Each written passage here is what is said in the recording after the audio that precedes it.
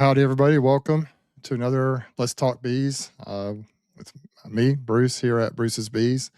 Glad to have you guys on this afternoon, and hopefully, for those listening in the future, you'll be able to get some value out of this. I've decided to do a few of these episodes, and hopefully, it'll go well. I decided, since it's the end of the year, to go ahead and hop on here and talk a little bit about upcoming beekeeping task, getting ready for the new year. If you're not ready for the new year, then well, you better get three or 4 days left to do that. And so today is December 28th. We're just around the corner from the new year. So I'd like to welcome everybody into the chat this afternoon. I got a lot of familiar faces in here so far, and hopefully more folks will join as we move along. I kind of threw this thing together at the last minute, and hopefully we'll have a good time. If you have any questions, throw them in the comments section over here. Any comments, questions, or comments, put them in all caps if you'd like me to talk about them. I'm not sure I'll get to all of them, but I'll try. I do have some topics today that I'd like to address, and so I'm going to kind of focus on those topics. And if you could participate in the conversation, that'd be great in the comments. I hope to be able to see everything everybody's putting in there, but I'm not as good at doing this as others are when it comes to reading all the comments and keeping track. Normally, as you know, we have the stream team on Wednesday nights with Greg Burns from Nature's Image Farm and Brian Coper from Castle Hives. And Brian is our tech guy. He keeps up with everything. He can multitask. I'm not real good at that. So anyway, I hope to be able to do well this afternoon. Hope you'll enjoy this. And hopefully there'll be some things of value that we'll discuss here. I want to dive right into beekeeping. That's mainly what I want to do here.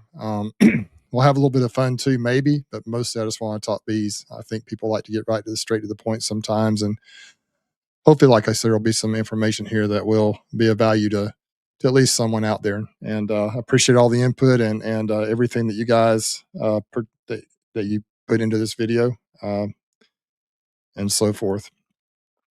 So the main thing I want to talk about first is I understand, living here in the South, that we have a different situation than those in other parts of the world. Up north, obviously, many of you in the chat so far, and those who will be listening in later, you live up north, and there's not a whole lot to be done with the bees right now, exactly at this time. Most of the bees are tucked away. And so, excuse me, I've got a little bit of a throat thing going on. Hold on a sec.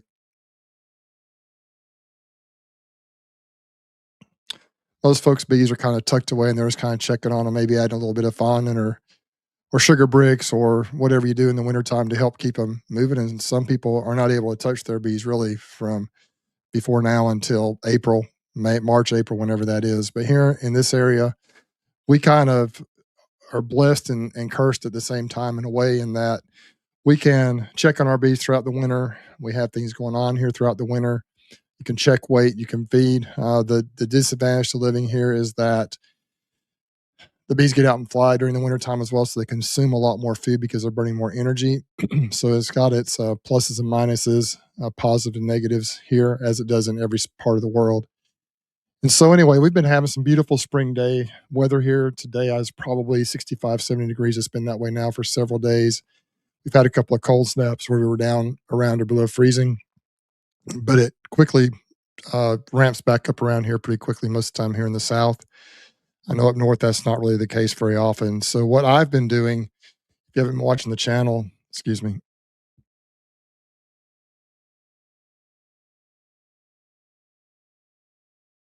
Sorry about that. Of course, I get a frog in the throat right as I come on live. So anyway, what I've been doing is just mainly checking for mites, treating for mites, and feeding. I recently placed Hive Alive fondant on all of my colonies. Some people like to make their own fondant. Some people like to purchase fondant from Hive Alive or other companies. Some people use sugar bricks of various varieties. People do all different kinds of things, and I want to emphasize that here on Bruce's Bees, I want everyone to do what works best for them. I'm here to kind of show you what I'm doing and to hopefully be able to share ideas of different things, but you have to do what works best for you in your situation. Admittedly, Hive Alive fondant and the products are a little bit expensive. They are loaded with nutrients that are good for the bees, but bees will survive without them. I believe before I ever heard of Hive Alive, I had bees and they survived. But I do think that the nutritional value of the Hive Alive fondant and their supplements are good for the bees. That's why I use them. Otherwise, I wouldn't spend the money. So I've got Hive Life fondant placed on all my colonies. I put it on there last weekend, and so I haven't checked on them since. I'll probably peek in on some of them next weekend and see how it looks. I anticipate the bees consuming a fair amount of that. Some of the colonies within 2 to 3 weeks might have it all consumed, but most will still be working on it while going and peek on them, I would imagine. Last year, I did that for the first time. I went all in with the Hive Life fondant, and I had tremendous results this past year. They came out of winter looking really good. Previous years, I used it more as a emergency supplemental feeding for the hives that were struggling. But last year, I just put it on everybody, and I did the same thing. One application this year. Last year, I think 2 to 3 applications. And so, kind of, that's what I've been doing the last few weeks. I had a mite infestation with my bees, and I'm not on here today to argue whether or not you should treat your bees. I personally do treat. And back in August, early September, I had, I put uh, Baroxan in all my colonies twice this year before then. And when I went and checked the bees, I had a fair number of mites. And so I just went all in. I put, uh, I put some Formic Pro in them, probably 4 or 5 weeks ago now, and it just absolutely annihilated the mites. So I did a video on that. It's a pretty good video, I think. Shows kind of how I applied the Formic Pro, some of the concerns I had about it, and then the results, and it annihilated the mites. I did have a few colonies that didn't make it, but they were weak anyway. I think they would have been gone, if not when they were gone, maybe a little sooner or a little bit later. But they were on their way out. Some of those colonies were pretty weak, and so I, you know, I was pleased with the results of the Formic on those colonies, and so people down here in the South lots of times are scared of it because of the temperatures, but I'm sorry about this frog in my throat. Excuse me.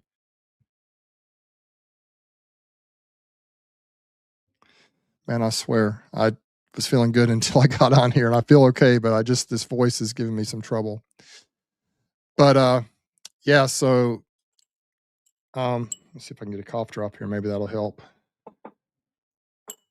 But the Formic seemed to work well. The temperatures were ideal for Formic. It was anywhere from the 50s to the upper 70s during that time frame. Like I said, the temperature fluctuates a lot here, and down here you can get in trouble if you try to apply it when it's too hot, I think, and a lot of people down here are pretty scared of it, including me in the past. I had done a few trials with it previously with no issues, and so you know I think Cayman Reynolds also did a video where he applied Format Pro earlier this year, and they called it his winter application, and so he was getting it a try. He was giving it a try as well, and so anyway, I'm pleased with the results, and I think my bees are looking pretty good. So that's what I've been doing. And now this time of the year, what am I doing? Exactly, that's what I've been doing. Now, this past weekend, I went out and started cleaning up some of my bee yards. I went out, and as I was planting the hive alive, I got old boxes that were sitting around with old frames. I had a lot of them are damaged by wax moth. Some of those are going to be tossed out, and just kind of trying to clean up around the bee yards. I do have some things I want to do as well, not affiliated with the actual bees themselves. Some things you can get done in the wintertime when you're not in your bees as much. And those are some of the things I kind of wanted to talk about a little bit today. Um, so I feel like one of the things I wanted to address first is the the new beekeepers, the people who are looking at getting into bees this coming year. And for those of you in here who are old pros of this beekeeping thing, who have been doing it for a while, even some who might be new, if you have any thoughts, just throw them in the comments there. People can go back and look at them. But a couple things I wanted to say. If you're looking at getting into bees and you haven't made a move yet, any preparation at all towards getting bees in this upcoming year, you might be not running into a little bit of trouble trying to get everything you need. It is time now, right now, to order your bees. If nothing else, get started with that and your equipment. And I wanted to review real quickly some of the equipment that I recommend, some of the things as far as not necessarily brands, although I do have some brands that I prefer. And if you watch my videos, you'll see what those are, but more kind of a general idea of what I think would be great for you to have to be able to get started with bees. And so, everyone in the comments, throw down what you think. But I'm going to go through some things that I tend to recommend. And if you have any disagreements or any other thoughts, just please add it in there, and I'll try to mention it if I can, because I think that the more the better as far as ideas. So first of all, the first thing I would recommend you do is, I mentioned this in my last Let's Talk Bees chat I did, is go ahead and get you some protective equipment, get you some protective gear. I prefer ventilated jackets. The brand I use is Foxhound. It's called the Sting Stopper jacket, but there are many good ones out there. I'm not going to say that's the one you have to get. If you want to look at those, I am going to have it on the video here. You can tap on the screen or look in the comments. You can see, go straight to a link for that. But don't feel like you have to get that. There are other ones out there. Probably the top of the line over the years, the industry standard that people have said has been the Ultra Breeze. I've never had one of those, but a lot of people really recommend that one. It's a pricey one, but I think it's really good. I've enjoyed my Foxhound, and I had Guardian Bee apparel before this, and that worked out well for me as well. The only issue with the Guardian Bee apparel was that the jacket was not long. I've got kind of a long torso, and so sometimes they might sneak up behind my back, and I might have one in my veil with me or get stung down there, right where you don't really want to get stung, at the very bottom of your back, if you know what I mean. So I kind of have shifted out of the Foxhound, the Sting Stopper, at least for now. And that's kind of the brand I use. But there are many, many brands out there. I'm not saying that's what you need to get, but that's kind of what I use.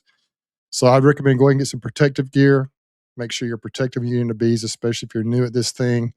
The last thing you want to do is go out there and try to be the perfect beekeeper when you've never had bees before and get stung and lit up, and then it destroy the experience for you, and you kind of decide to get out of them because you weren't well protected.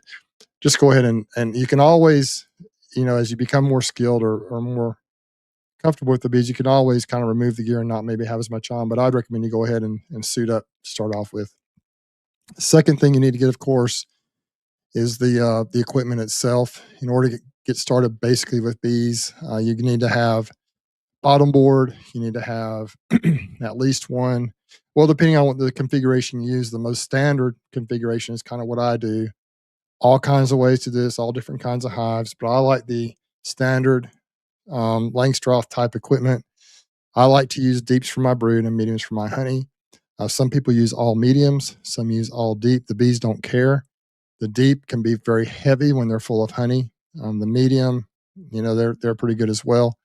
I use 10 frame equipment, but 8 frame equipment actually, if you're worried about weight, that might be a preference for you. The bees thrive in whatever you put them in. Basically, I don't, I don't have a huge preference. I have a horizontal hive. I've never used the Layens hives or those type of hives, but I think they're all probably, people believe in them, so they must all work. But I personally prefer just a standard Langstroth equipment configuration. Bottom board, I use my preferred configuration is double deep, but even a single deep, and then the mediums for the honey supers. I would recommend, if you want to buy a hive to put bees in, I would get a bottom board.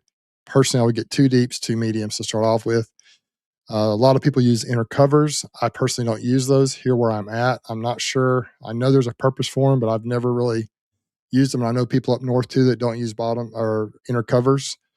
But there must be a purpose for them. But that's the standard hive. I just don't use those, and I use what they call migratory lids, which is basically a lid that sits right on top of the box with cleats on the end, keep it from sliding back and forth. The telescoping lids, if you run them on pallets like I do, it's hard. There's not enough space in between the boxes for the telescoping lids to come down. Although they're beautiful and they work great if you're on a hive stand, which most people are. But that's just what I do. Let me see if I can start some of these comments. I kind of got going here and forgot to look at the comments. So yeah, that's kind of a standard hive for me. Bottom board, the boxes, you got to get the frames. Make sure the frames are, if you're using foundation, make sure they're heavily waxed. That's super important. I would probably recommend you go ahead from personally, I get most of my equipment now from Greg Burns at Nature's Image Farm, but so many great companies out there. But I would make sure the frames are heavily waxed. I would try to avoid the cheapest stuff you can get on Amazon. Sometimes if it's waxed, it's not waxed heavily enough, and the bees won't even. It's just a pain to get bees to try and draw wax out on frames that are not waxed heavily or properly. It can just be a nightmare. They can build all kinds of weird wonky comb on there. And so I would recommend that you make sure your frames are heavily waxed for a much better experience. Some people use foundationless frames, some people use wax foundation, but I personally am pretty much all plastic, heavily waxed foundation now.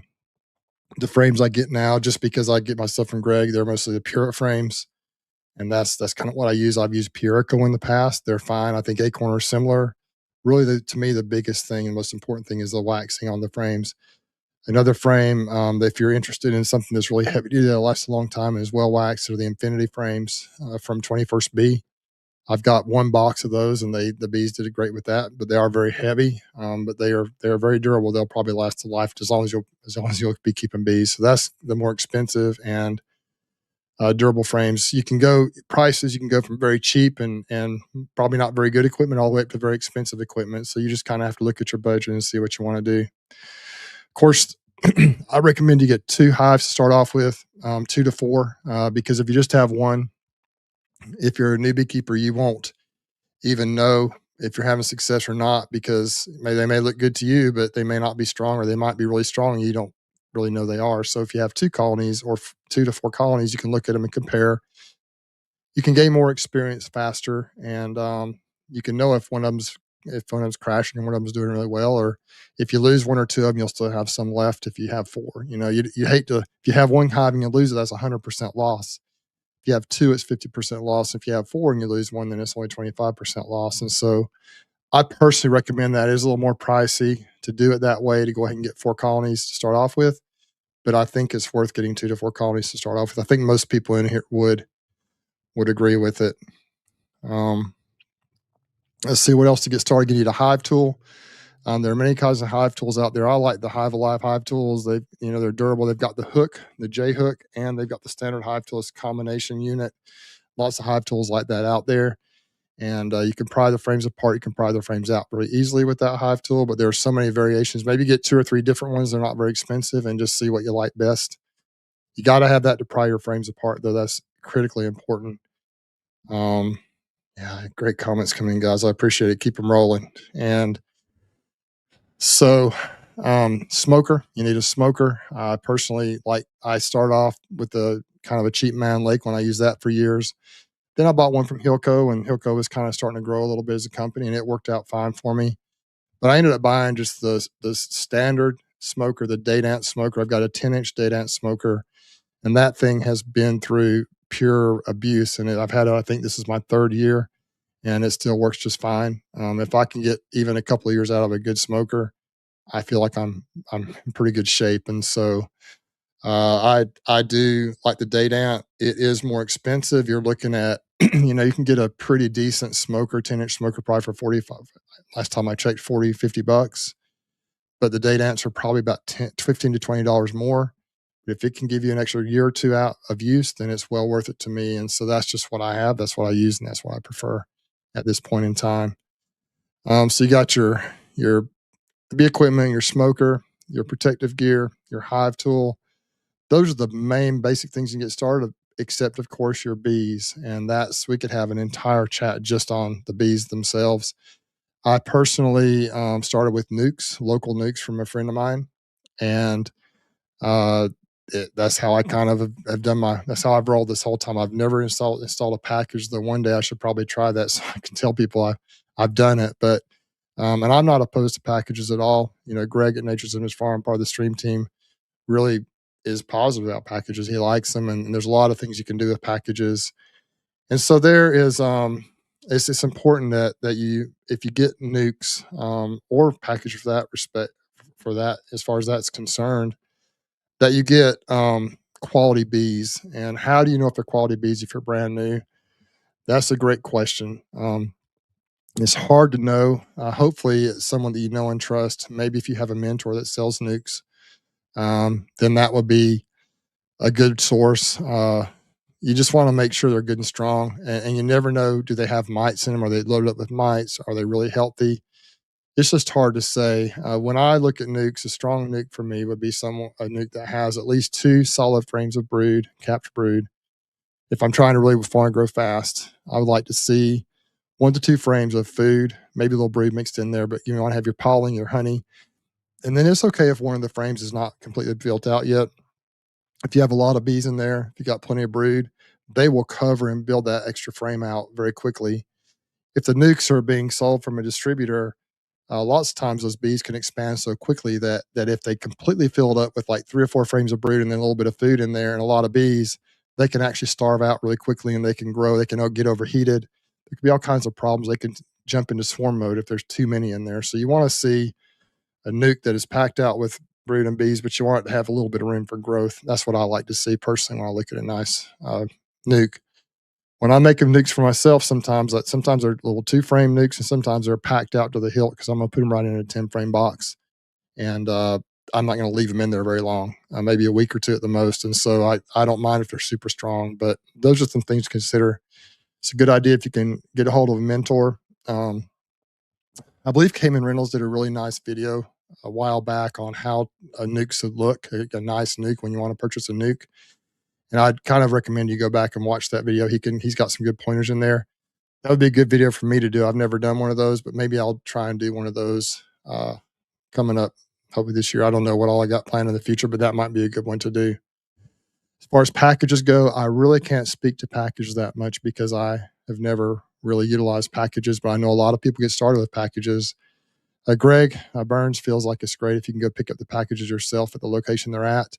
I do know they send packages in the mail at times. And for those in the comments here, if you've had experience with that, drop your experience in there. I think people do pretty well sometimes with that. But obviously, the less points of contact, the less time the bees spend in the package, the less time they spend in the mail, the better. And some of those bees in the summertime, late spring, early summer, when it gets hot, they can absolutely cook, and it can be pretty tough. You may have a lot of attrition from bees that just don't make it through that process. But I do know that for many, many years, packages have been utilized, and that's how people have gotten started with their bees. And so those are the 2 most popular ways, I think, if you want to get started, and make sure you're guaranteed bees to do that. If you don't have a source for bees and you're going to get in bees this coming year, you need to find that source now and try to get that set up. Whether you order through a big distributor, such as like a Man Lake or somebody like that, or you know somebody locally, I would try to get that arranged. That's probably the number one point of emphasis right now, this time of the year. Get that done. Get the bees coming. You can buy the equipment. You can fill in all those cracks between now and the time you get your bees, but you need to get those ordered right now. Let's see. Trying to mark some comments here as we go. So those are some ideas I would have. I've probably left something out here as far as what you need to get started. But I do think if you can somehow find a mentor locally, beekeeping is one of the most local things I know of. Even here in my local area, I've got bees spread across about a 20 to 25 mile north to south, diameter, if not a little further. And my bees in my northern bee yards at times can be having a completely different experience than my bees in my southern bee yards. It's just amazing how local it can be. You may have bee yards just a few miles apart, 4, 5, 6 miles apart, and they might look totally different. And so it's extremely local, this beekeeping thing is. And so it's best if you can find someone locally to help you for your particular area, someone that keeps bees alive and their bees are healthy. Anyone, you get a beekeeper that's been doing it for a year or two, and they, just a few years after replace their bees every year because they don't survive. That's probably not the person I would want to be mentored by. I would want to find someone that's actually kept bees alive and had some success and reached their goals, before. That's who I would try to find if I could. A good source to be able to find someone like that might be your local bee club. Sometimes you can get online and find forums in your local area, possibly, and in social media, and just kind of try to hook up with someone. That's just kind of what I would try to do if I could. It's really hard. There are people that just start on their own without any help, and they do okay, but it's much more difficult to do that. And so that's what I would recommend, is that you try to find a mentor if you can. Books are good. I try to read some books if you can. I read a few, but I'm better hands-on. I haven't read a lot of books on beekeeping, but I know I've read a few. And but my biggest source of instruction has been my mentor. The bees themselves are the number one instructor. Number two has been my mentor and other mentors along the way. And then YouTube would probably come in next for me, but you have to be careful in YouTube as well, because if you watch me and I'm here in the South, and then you live up in, Ontario, Canada, or if you live in Australia or Europe, yeah, the principles are going to be the same with beekeeping, but it's a totally different situation wherever you're at. And so try to find someone local to help you. And but I think you can glean a lot of good information on YouTube as far as bee basics. You can see people in the bees. You can see what it looks like. You can learn to recognize what live bees look like. You can learn a lot of really good principles on YouTube as well. But try to find someone local. I think that's super important. Yeah, Glade says on here. I think it's a great comment, and this is so true. Go to the local bee clubs, but avoid the loudest in the room. And this is something I'll go ahead and discuss a little bit about. Glade, that's a great comment. Um, and this is something you have to be careful of. I don't think this just applies to beekeeping. This applies to life in general. Typically, people who, when I was a brand new beekeeper, I've been doing it for a year or two. I got through my first winter with 100% success. I didn't lose any colonies that first winter, but I had no idea what I was doing really. I had 6 colonies. I started with two. Then I bought 2 more colonies, 2 more nukes. So I had 4, split 2 of them somehow. I can't remember how I did that. Ended up making through winter with 6. Well, the next spring, my bees started swarming like crazy on me. So I expanded my numbers a little bit by catching swarms and different things. And, I thought I kind of had it figured out. And I kind of started listening and believing stuff I saw online. And I gleaned a lot of good knowledge from that stuff. But I started feeling like I had it figured out, and I became a pretty vocal. This is the way. This is working well for me and everything. I've never been one to say it's my way or the highway. I've never been like that. But what I've learned is that when you go to something, whether in live period, the person who tells you how good they are all the time, constantly, you have to listen to what they're telling you. That many times those people are the ones you want to run away from as fast as you can. Look for the wise person in the background that maybe not 100% thinks they know everything and they're still learning. That's kind of how I try to be. If you watch my channel, I'm still trying to figure this thing out.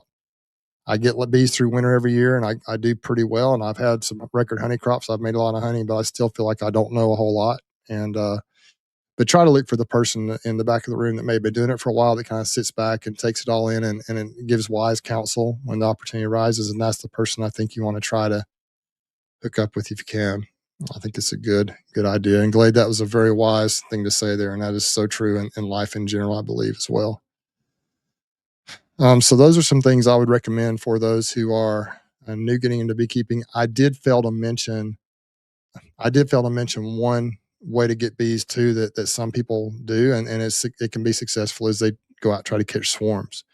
That can be a very successful way to start bees. There are some people who get their whole operation started that way. You can set up swarm traps. As far as how to do it, that's something for another video maybe, but you can set up swarm traps. You can also let people know, friends and family or social media, that if anyone sees a swarm hanging in a tree, that you'd like to come get them. And so that's one way to catch swarms as well. But it's just such a learning curve when you do that. First of all, you don't know what you're getting, the type of bees you're getting. You might be getting some really strong bees. You might be getting weak bees. You might be getting mean bees. You just don't know what you're catching really. In certain parts of the country, you're not legally able or supposed to keep swarms because they can be Africanized. There's certain parts of Florida, I think, where that's the case, and maybe other states as well. You have to be very careful with swarms and not get too upset if you get a swarm and they don't make it, because sometimes it's an old queen that's failing, and sometimes they just don't make it. They don't do well. Sometimes they're super good bees, but you're not going to probably have a consistent result if you depend on catching swarms to start your beekeeping operation. I'm not saying you shouldn't do it. I'm just saying that it's kind of a more risky way to do it, and you gotta have a thick skin and be willing to maybe absorb some loss until you get things rolling the way you want to. Um, so that's kind of what I would say as far as new people getting into beekeeping. And so that's pretty much some advice that I might give you. There have also been some really good ideas down in the comments. Let me see if I can run through some of these comments here real quick and see if what other people had to say about this. Justin, I appreciate the super chat. I like to hear what you're doing in your bee yard. My climate is very similar. I appreciate that, Justin, and hopefully my videos help people here in the South. But I'd also like to be able to help some people in other parts of the country and world as well. I hope that people find my videos useful wherever they watch them, and I hope too, number one, that I don't come across as being a know-it-all, that you have to do it my way, because I do not believe that at all. I have so much that I need to learn still. Okay, we got Huckleberry says, "What are your goals going into 2026? Anything new you're going to try?" Hopefully, I can address that a little bit later in the video. Huckleberry, I'm going to write this down here. My goals for 2026, and maybe we can address that here in a little bit. Thanks for that question. B Fuzz says, "I just bought two 7 frame deep Apame hives, not in service yet. It sounds like you're just getting started, possibly. B Fuzz, that's awesome. And I actually have some 7 frame Apame nukes that I bought myself. Or that I bought some of them. They gifted me one at first, and then I bought I think a couple more. I've got 3 of them, I believe. And those are awesome little hives for me. I use them for all kinds of stuff. I use them. My biggest thing that I really like in them is they do great starting a colony out. They're really good for catching swarms. If you want to, if you get a swarm call, you got someone hanging with a swarm hanging in a tree. You take that 7 frame Apame nuke out there. You can drop that swarm in there and catch that swarm. And then when they're all in there, you can seal it up and take it and go. The bees can't escape, and it's ventilated. They just work extremely well for that. That's one reason I use them. I've also used them to do a little bit of mating of queens. You can put a divider in them if you want two small little mating nukes, so to speak, in there. And it's worked pretty well for me. You got to stay on top of that though, because once that new queen starts laying, they fill those things up really fast. But I really like those little Apame nukes. I've also had some 10 frame Apame equipment. I've have 7 complete hive kits with that. And I had them when I had bees in my backyard. I put them back there because they looked really good and they did a great job. Now I run a vast majority of my stuff on pallets, and the Apame hives just don't fit well on pallets, and so I don't have them operate in the 10 frames in operation right now. Not to say I won't utilize them in the future, but they just don't work super well for my operation just because I run things on pallets, and so that's kind of what it is with the Apame. It's a lot of bells and whistles. They are very good. The bees do well in them, but it's just a little bit more maybe than what I need right now. I prefer just standard wood equipment. uh, Wax dipped is what I like to use. Thanks for the comment there. That's great. Glad you're getting started. Glad things are going well for you. I think you'll like those hives. Let's see here. B Fuzz said he bought a 25-gallon Thorn wax tank. Oh, well, there you go. You're gonna like that thing, B Fuzz. You must already have some bees then if you're buying a 25-gallon Thorn wax melting tank. I'm working on a video right now of kind of how I've utilized and kind of zeroed in on the techniques for using that Thorn wax melter. And I love that thing, man. The wax is so pretty. I should have brought one of the blocks up here with me to show you, but um, I just finished up a round of it, and it's just absolutely beautiful. I love that thing. It's expensive, but man, it really does work well.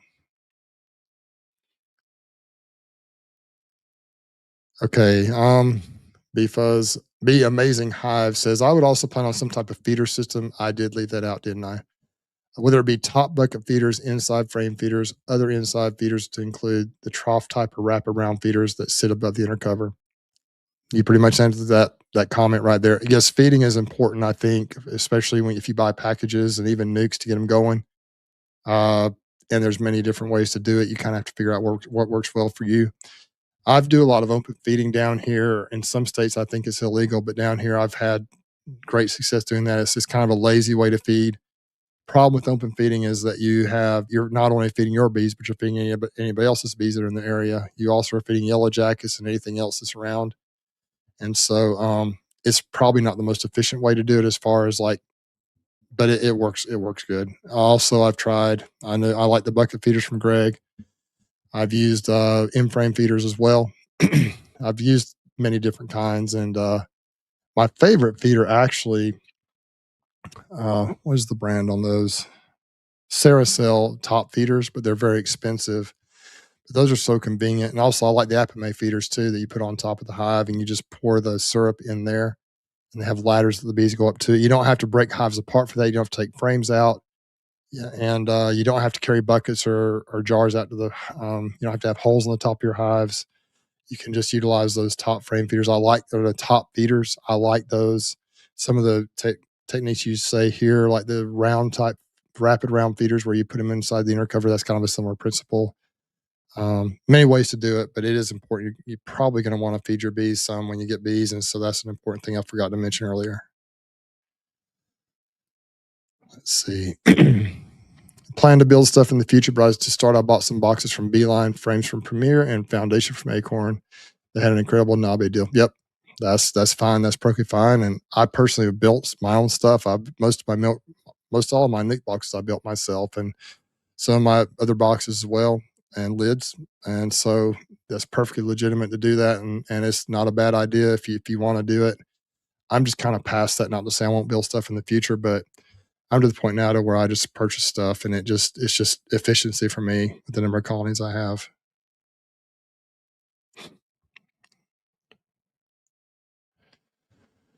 Beekeeping can be expensive from DC here. There are ways to make it more affordable. It just might not, it just might not look very good for a while. Yeah, that's true.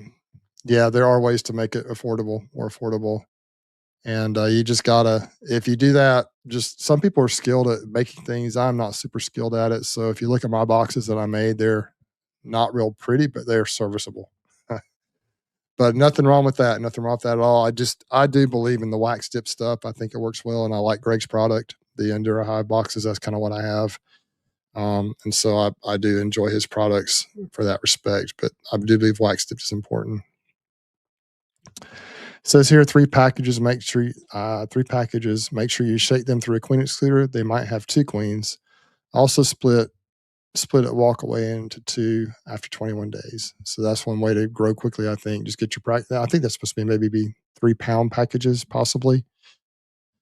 Shake them through a queen scooter in case they got a queen in there when they were shaking the packages. That's a great idea. But I would feed them like crazy, is what I would do. And then you can split after 21 days. Makes sense. And if you want to do a walk away as well, you can end up with some bees pretty quickly that way and grow. Once again, that's not my package, is not my expertise, but that makes a lot of sense. Okay, so of course, time is going by quickly here, and we haven't really gotten to. We've only done about half of what I wanted to talk to so far. Let me go back to comments here, see if I can go live and see what I've missed. I'm not near as good as other people are at keeping track, so I've kind of gotten behind here a little bit, but I want to shift into the next section of this, and it kind of goes along with that question earlier that I had, and this will go for most people in here. Go back to Huckleberry's question here. What are your goals for 2026? Anything new you're going to try? That's kind of how I wanted the direction of this chat to go here. I want to just basically talk about what do we need to look at now? How do we need to prepare for 2026? Um, so as we mentioned before, there are not a lot of people, there's nothing you can do with the bees themselves right now, but there are other things you can do. A lot of people spend this time to build equipment, to repair equipment, uh, to get equipment ordered, get things in for next year, to prepare for your splits. But in order to do that, you have to have a plan. And you've heard the term, most people have heard the term, um, plan your work and work your plan. And I'm not the best at that. And I think bees sometimes can throw a wrench in what your plan is. Sometimes they don't do exactly what you think they will. Sometimes you lose more than you want, or sometimes they grow faster than you think they will, and you may end up with more bees than you can handle. You may end up having to scramble for equipment and stuff. When you didn't really plan on doing that. And so there's so many different ways to things that can happen with the bees, but it's a good idea, I think, and Glade Sessions out in Utah Bee Man talks about this a lot. Having a plan in place, having, I guess, more, I think it would be more like an outline or bullet points of the things you want to do. And I think probably also have a timeline of when you want to do it. And that's something you learn and you kind of zero in on as time goes on, as you become uh, more skilled at beekeeping. I think there's kind of an art to it. You got to kind of learn what works best for you. And as you work with the bees, as you work with nature more and more, you kind of learn when things are going to bloom. On average, you kind of learn how the bees respond to things, and you can kind of get an idea or a blueprint for each year. The number one thing is you have to kind of be able to work your plan around the template of what Mother Nature's doing. And so timing is so important on things. Here in the South, we're doing things at completely different times. You might be doing them up in Ohio or Montana or wherever you're at. And so, if you're in south of the equator, you're doing opposite times of the year of us. Like your summers are winter and vice versa. And so it's kind of an completely opposite effect. But you just need to learn what's happening at certain times of the year and how to respond to that. So you got to figure out first of all what I talked about, kind of what the bees are doing certain times of the year, and then you need to decide first of all if you're getting started, how many colonies you get started with. The first year or two, I would just kind of focus on the bees, spend time in the bees, learn about the bees, and that's going to be your learning curve to be able to figure out what happens certain times of the year. But once you get into 2 or 3 years, you'll kind of get an idea of trends and when things happen. As you work with hopefully a mentor or other people in the area, you learn what's going on in your area with your bees, and you watch them. You watch when the flowers are blooming, what happens when those flowers bloom in the hive. You'll begin to develop a blueprint or a template for future years. And when that happens, you can start to plan growth. You can start to figure out how many bees you think you can, how many bees you think you can have. And you can start to get really excited about whether you want to stick with 2 to 4 colonies in the backyard, or whether you want to grow into a larger, what I would call a hobbyist, where you have 10, 15, 20, 25 colonies and really kind of grow it into something that you spend more time doing. Or if you want to grow it into something more like what I'm doing, which is a sideliner beekeeping. If you want to grow it into something more like I do, which is sideline beekeeping, I have about 120 colonies right now, I think, give or take, and I have been up to 150, but 100 to 150 is where I kind of try to stay right now, working a full time job. But as you figure that out, then you can start putting your plan in place. Okay, if I'm at 15 colonies now and I want to be to 30 by the end of the year and I want to make X amount of honey, when do I need to do what? And of course, I could go through what my template would be here, but there are people all over the world that their template's not going to be the same. I know my Greg and Brian up in Ohio, they're doing things usually a month or two behind me. They do a lot of similar things, but it kind of all catches up. Like I know here in Alabama, Southeast Alabama, I'm harvesting my summer harvest in late June, early July. And I think Brian Coper up in the Cleveland area is also harvesting kind of in that early July, early to mid July timeframe. And so it starts off, we're way ahead in timing, and then it kind of all comes together in the middle of the summer, and then it kind of spreads out again as the time goes on. And so it's kind of interesting how that all happens. But I don't know if this is making sense or not, but just you got to figure out, okay, if you got say 10 colonies, you want to double it, you got to figure out number one, how you're going to do it. Are you going to split your bees? Are you going to buy packages, nukes, catch swarms? What are you going to do? Number two, you have to consider for every time that you need to add a box, if you have 10 hives of bees, colonies of bees, then that's going to be 10 boxes you need.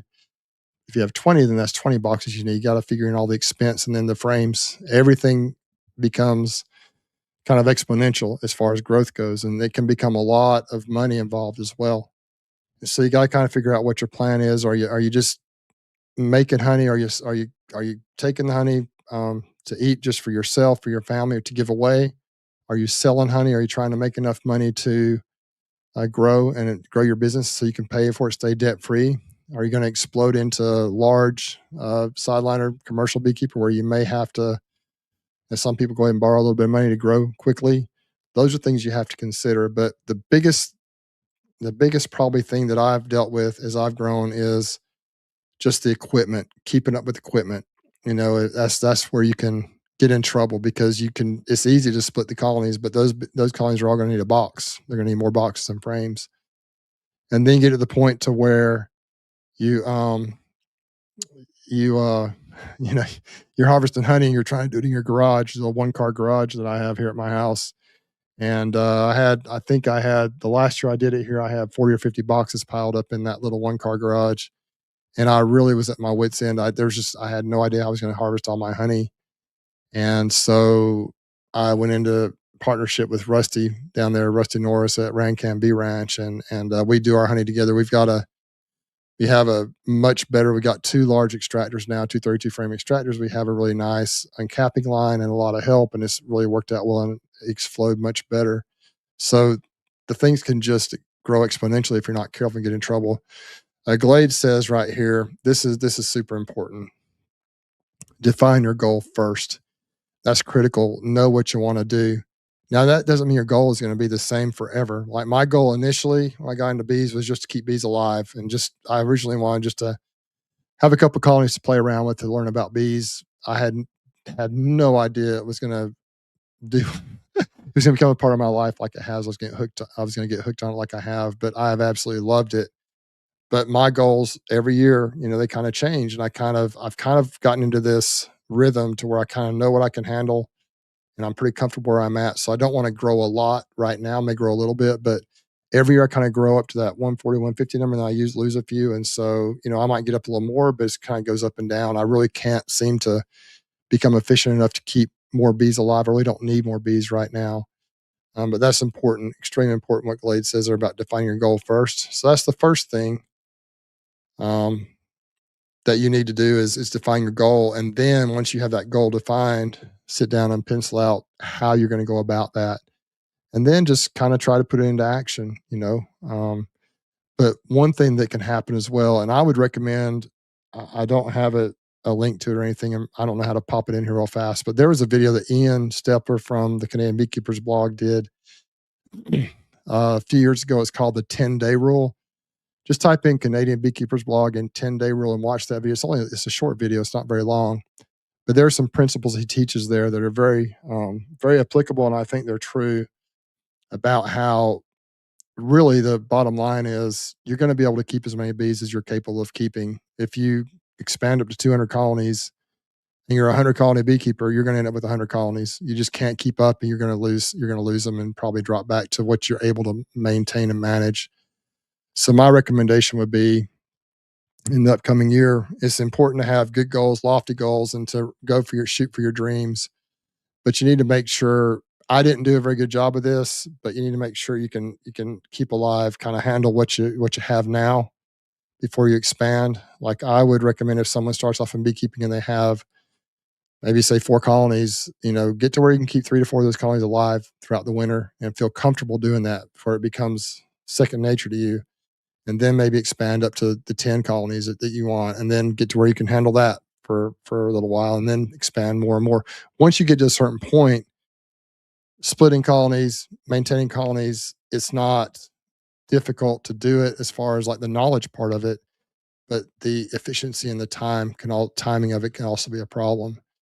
So that's critical, I think, to just build at your pace. Also, from a money perspective, Keith, you hit it right on the head, man. Right here, Keith says, make sure your goal and your budget are at least close. That is so true. I was going to talk about that because you can get in trouble in a hurry, and I've seen people do this. They have, they catch swarms, they just grow and expand. They have all these, they build nuke boxes, and they have, they started off planning on having like 8 or 10, just say for example 8 or 10 colonies. All of a sudden they have 20 boxes of bees sitting out there, and they don't have any equipment. And they'll call me, Bruce, do you have any equipment I can borrow? Bruce, I can buy? Bruce, do you have this? Or whoever, I can't afford it. I'm just the bees. Well, maybe you should have thought about that before you went out and caught, 15 swarms, and things like that. And so, but those are all learning lessons that we've all experienced, but it's important that your goals and your budget are at least close, as Keith says here, because man, you can get in trouble in a hurry. You just don't realize the cost, and the cost, and it's both cost in money and time, because it does take time to manage these little bugs in a box. You can become more efficient, but still, it just takes time. Every time you grow, that's more time that you have to put into it. Glade says here, Keith, that's my problem. My goals and budget don't match very well. I'll speak on that a little bit though, because don't get split crazy. I personally, though I did expand pretty quickly over the years, and I've got quite a few colonies, I was able to keep up mostly with my budget. Like for example, my bees make enough money every year to be able to grow as much as I want, pretty much at my pace, and also make a little profit on top of everything. And so they have become a money maker for me. And I'm not making a living at it yet with the number of colonies I have, but I've kind of figured out, once you get built up to where you want to be, say you want to have 100 colonies or whatever the number is, once you stop purchasing equipment, a ton of equipment to grow, then that's when you actually start making a little bit of profit. You can actually make a little bit of money on top because you can keep those bees, the equipment that you have, you can keep it. You have to always supplement, add a few frames here or there. Maybe a few boxes are starting to break down or rot. But once you have that number established of what you can manage, then you can make splits into the boxes and equipment you already have. And you can kind of continue this thing going. And you can actually make it a profitable venture for you once you have the equipment you need. But that build up phase is where it's tough to keep up from a money perspective, I think. And so that's kind of, I'm kind of at that point to where I have most of the equipment I need. I am buying equipment this year. I'm actually buying another pallet of boxes from Greg. What I'm trying to do now is replace a lot of my old rotting stuff with new equipment that I hope will last a long time. A lot of my old rotting stuff was very, very cheap stuff that I bought. Either I built it myself or bought it from somebody else, or bought it, painted it, things like that. And I'm kind of starting to steer away from that a little bit. And so I've been blessed to be to that point now to where I make enough money that I can afford the nicer equipment, but I wasn't always at that point. And so it's been a pretty cool thing for me to go through. Yeah, Keith says here, great advice, guys. He says, he's talking to Glade here, Utah B man. Your goals get adjusted quickly when you start catching swarms and your healthy bees all need splitting. Budget is not as dynamic. Yeah. It can go crazy for those who are either brand new to bees or have been in it for a short time. You know what that means. It's just you plan and you think, which is important to plan and think about it. But the bees kind of sometimes they don't read the books and they don't know what your goals are. They're going to do what they're going to do. And sometimes they do something completely opposite what you expect. And so it can be pretty wild what happens. Um, Man, time goes so fast when you're in these live chats, and I appreciate all the great comments in here, y'all. All right. Yeah, DC makes a good comment here. The bees really do only have two purposes, honestly, in life. Number one is to make baby bees, to make bees, and to make honey. And they sock that honey away for storage for the winter. And they literally that's all they do. And so they're gonna good healthy colonies will be it's a good problem to have, but you got to split them or they'll be in the trees. And so it's just this game that you have to play and figure out. Jason from Bohemia Bees says you never have enough equipment. LOL. That seems true, especially if you're trying to grow. Even though at my point, I'm not really trying to grow much, if at all. Now I'm kind of peaked out with what I can do, but I am always replacing equipment. But that's a little easier to do than to try and if I wanted to go say from 150 to 200, that would be another huge investment because if you figure on average you need at least 1 to 2 deeps and 2 mediums per hive, you multiply that times the cost of all those frames and the lids and the boxes and the bee, all that. You can make your bees, but it just can become astronomically expensive. Oh, I think this is a great comment here from DC, and it's kind of changed the topic a little bit, but a drawn comb is gold. That's one thing that will slow you down when you're getting started as well. If all you have are blank frames, even if they're well waxed, it does take those bees a little time to draw that out. So if you have nice comb that you can recycle through, especially I love to use old comb in the honey supers, and man, those bees will fill that up so fast. If you can put comb in there, they don't have to draw it out. It is gold. It's just like gold, DC. That is true. You can actually make money by making more honey by using drawn comb. So protect that comb at all cost. I am to the point now to where I don't get too upset if I've got a bunch of hives from dead out sitting on a trailer right now in the barn, and I've got to get them processed. Very few of those boxes actually have salvageable frames because the wax moths have damaged some of those. I didn't get them cleaned up, but some of those frames are so old anyway. I'm just going to cycle those frames out anyway, so it's not that big a deal to me. And I have a bunch of frames from Greg, and I've got more coming, and so I've got plenty of new frames I can put in these new colonies and the new boxes I'm putting on these colonies. And so, but yeah, man, that comb is gold. It really is gold. And even the brood comb, man, if you can have nice brood comb to recycle, if you have a dead out or if you're trying to expand and grow, the bees will jump on that so fast and start laying eggs and growing real quickly. Yeah, here's a good point. This is my case too. MP5 says doesn't matter how much bee supplies you have. For some reason, you always end up buying more each year. I do buy some every year, but I could honestly just about get by without buying much. Now, even though I'm trying to replace my old boxes, like if you've watched my videos from back in the summer when they're all full of bees, and even my most recent video with the Hive Alive, the top box on that hive I showed you was starting to rot, and so I had to have a flat lid on there because the migratory lids, the cleats on the end wouldn't fit over it because it's expanded, it's rotting out like this, and so I've got plenty of hives that have extra entrances in them, and the bees love it. They think it's cool. They don't have a problem with it, but but it doesn't look great. So yeah, there's always something you got to buy. But once you stop expanding astronomically, or once you stop expanding much, you can kind of stay on top of it a little bit and actually begin to make a little bit of a profit from what I found. And this thing's rolling through so good. I think I'll shift a little bit into my goals for 2026 coming up. I think it's I really kind of what I've done the last couple of years. I've kind of come up with a blueprint, I think, for success. Now every year can be different, and I'm not saying that how I do things is the right way. It is the right way for me, or it has been. Uh, it's been real good. I've had 2 record years in a row. Now 3 years ago, we had a horrible year, and I only had about half the honey I'd had the previous year, and I ran out, and it was a nightmare. But the last 2 years, the Lord has blessed us here, and I'm beginning to kind of figure out how to be a little more efficient. My plans in the upcoming year to have it, hopefully have another year kind of like what I had this past year.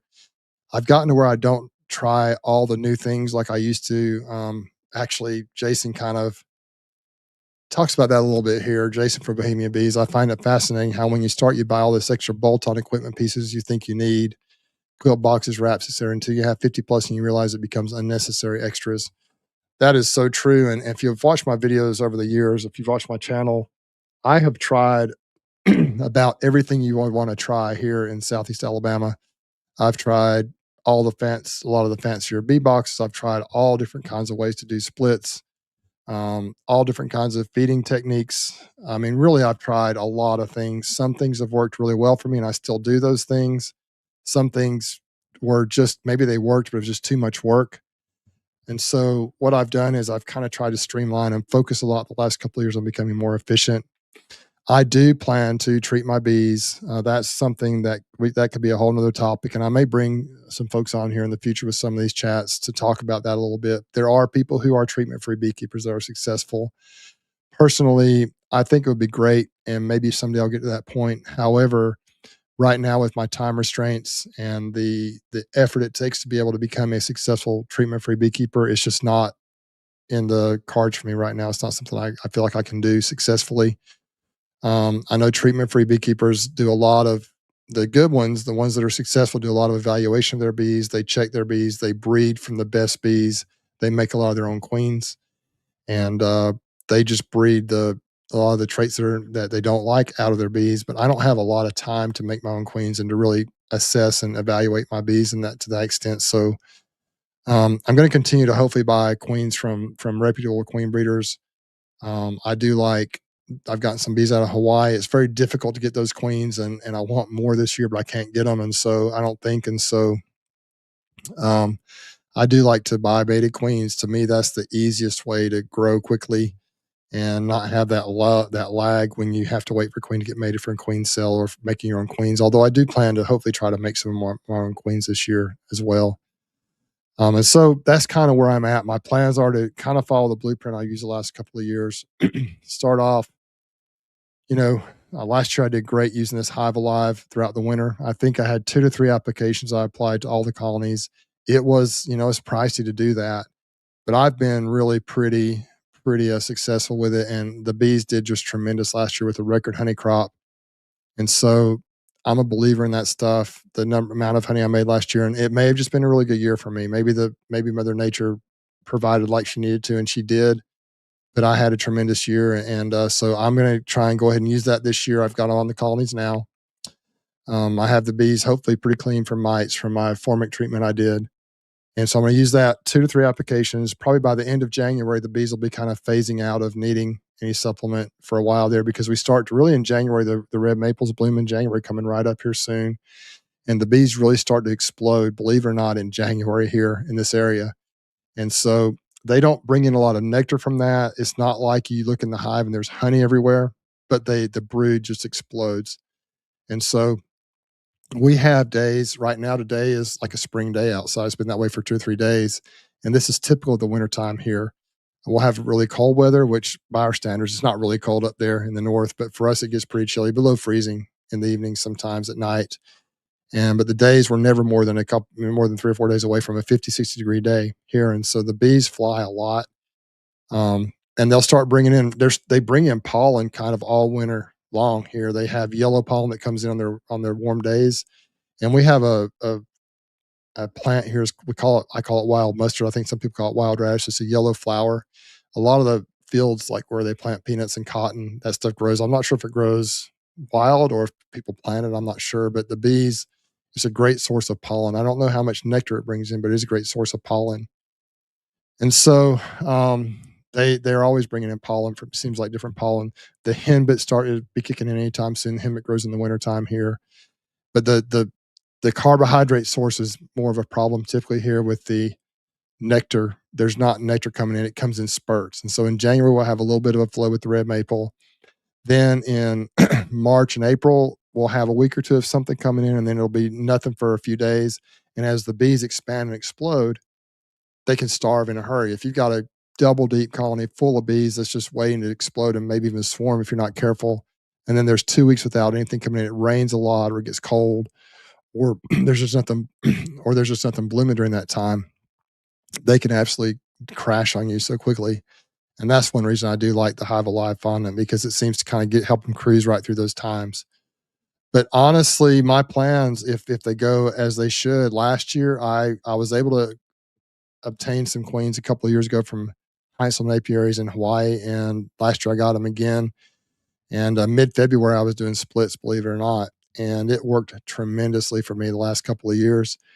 And so if you can get early mated queens here, you can be splitting just about any time, from end of January on, as long as the weather is not too cold or rainy. And it does dip down and get pretty nasty, but it's never for very long typically. And that's kind of my plans to do the same thing this year. I'm at about 120 colonies now. I want to get back up to about 150. My goal is to have between 100 and 120 production colonies. If I can average, 80 to 100 pounds per colony, which I've done the last couple of years, that is a lot of honey. Last year I actually had around 100 production colonies, I believe, and I had 11,000 pounds of honey, which is a little over 100 pounds per production colony on average, which is pretty good. But that's not every year. Some years are not going to be that good. And so I try to, maximize that. I try not to I'm going to do the splits. If you do the splits here early, by the time the real honey flow hits, those splits will be strong enough to be able to make maybe a box of honey, even out of a single deep, possibly. And so that's kind of what I'm looking at. But that's my plan. One of my goals for 2026 is to follow a similar blueprint. Another goal or plan that I have is to try to keep the mite levels low. Last year, I tried to do that. In the past, I haven't been real good about doing spring treatments because I get involved with the bees. We're making splits, honey's coming in, trying to prevent swarms, trying to, all these things that happen in the spring. It's easy to kind of forget about the mites or not treat. But last year, I threw some Viroxin in March, and it I think it may have kept the mites in check a little bit, but it didn't really keep it down low enough. And then I put another round in right after we harvested honey in the summertime, and I just had some problems, and so that's why I use this Formic Pro. But this year I do plan. I haven't figured out what my strategy is going to be yet, but I will be treating for mites here probably real soon again. I'm going to try and maybe hit them with OAV, since the brood is probably at its lowest right now. Those going to start ramping the other way up here in the next couple of weeks, and just keep the mites low. My main goal is keep the mites low. Uh, make splits, stay up around that 150 range at top max, and then get through the winter hopefully with 120, 130, and then just kind of rock on and hopefully have another good honey crop. I am fortunate to have a lot of really good customers. I have some stores that sell my honey, and I sell a lot of it personally, and so we go through a lot of honey, and I feel really bad if I can't provide my customers with the honey they want. But this year, I think we're going to be able to make it through until our first typical harvest. We do a small one in May.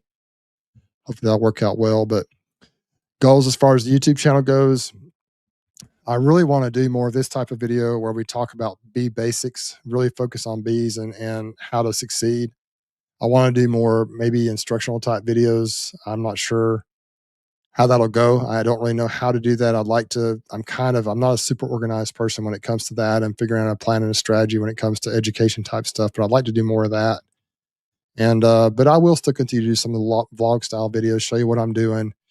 Um, and that's kind of what my goal is for the upcoming year. And, I hope that each of you is able to reach your goals as well. I hope to see a lot of you. I'm going to be up at the Bee Expo here in a couple of weeks. My daughter is getting married. My youngest is getting married this Thursday on New Year's Day, and then the next week we'll be up at the Bee Expo, and I hope to see a lot of you there.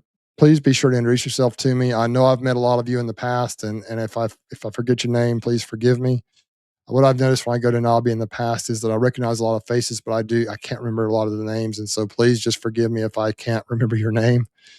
But I look forward to seeing everybody. I'm also going to be at the Wisconsin Bee Conference.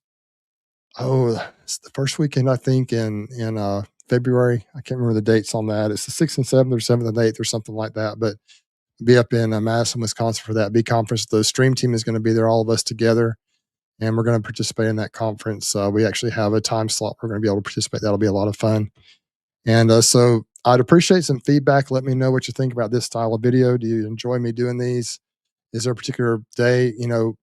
This is probably a pretty good time for me. It's a Sunday afternoon. I don't do a lot on Sundays. I don't get outside and do a lot of work on Sundays. I try to avoid that if I can. I try to focus in on going to church and spending time with family. But um, I'd like to do these a little bit more often. I'm not sure how much I'll be able to do them, but maybe try to get some guests on. If you could put in the comments after I get off the video, maybe someone you'd like to hear from, maybe a guest or a concept you'd like me to talk about. Always looking for ideas, and I'm going to try to address some of those ideas in these Let's Talk Bees videos. So, with that having been said, let me just go through and make sure we don't have any more quick questions here that I probably missed some, guys, and I apologize if I did. But I do appreciate all of you being on here. I really do. I recognize a lot of the names in here from past live streams, but I see a lot of new names that I don't recognize. Maybe some folks, I'm not sure if you just happened upon it today, if it's your first time hearing me, or if you've watched some of my videos in the past, or subscriber or whatever. But I do notice that there are some names in here I don't recognize. And so I really appreciate you guys being in here and spending a little time with me today.